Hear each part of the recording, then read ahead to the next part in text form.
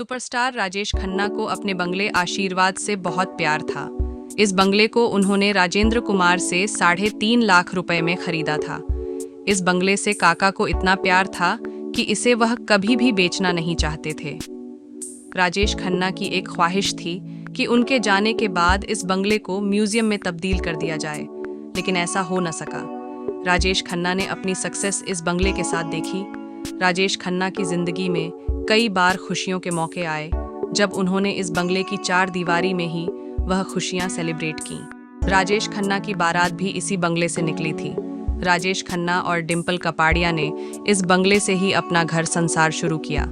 बच्चों के जन्म से लेकर बर्थडे सेलिब्रेशन भी राजेश खन्ना ने इसी बंगले में किया था।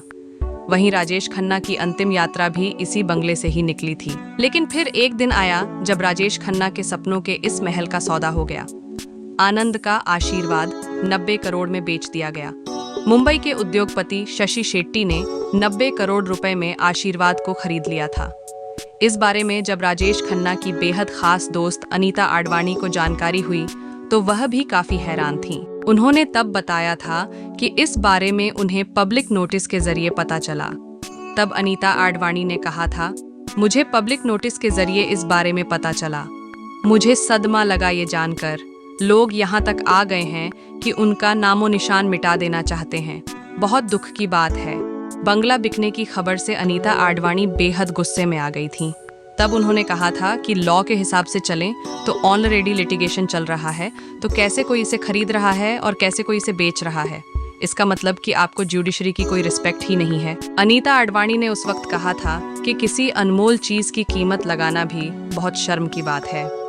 जो कीमत लगी है उससे ज्यादा का ऑफर तो काका के पास आया था, लेकिन काका ने आशीर्वाद बेचने से मना कर दिया था। अनीता आडवाणी के मुताबिक काका का जो आशीर्वाद बंगला 90 करोड़ में बिका था, राजेश खन्ना को इस बंगले के लिए 150 करोड़ का ऑफर दिया गया था, लेकिन काका ने इसे ठुकरा दिया था। राजेश खन्ना का ये बंगला समंदर किनारे हुआ करता था। उस वक्त राजेश खन्ना ने जब इस बंगले में रहना शुरू किया तो कहा जाने लगा कि तभी से राजेश खन्ना की किस्मत चमक गई। उस वक्त इस बंगले के आसपास माहौल बहुत शानदार हुआ करता था।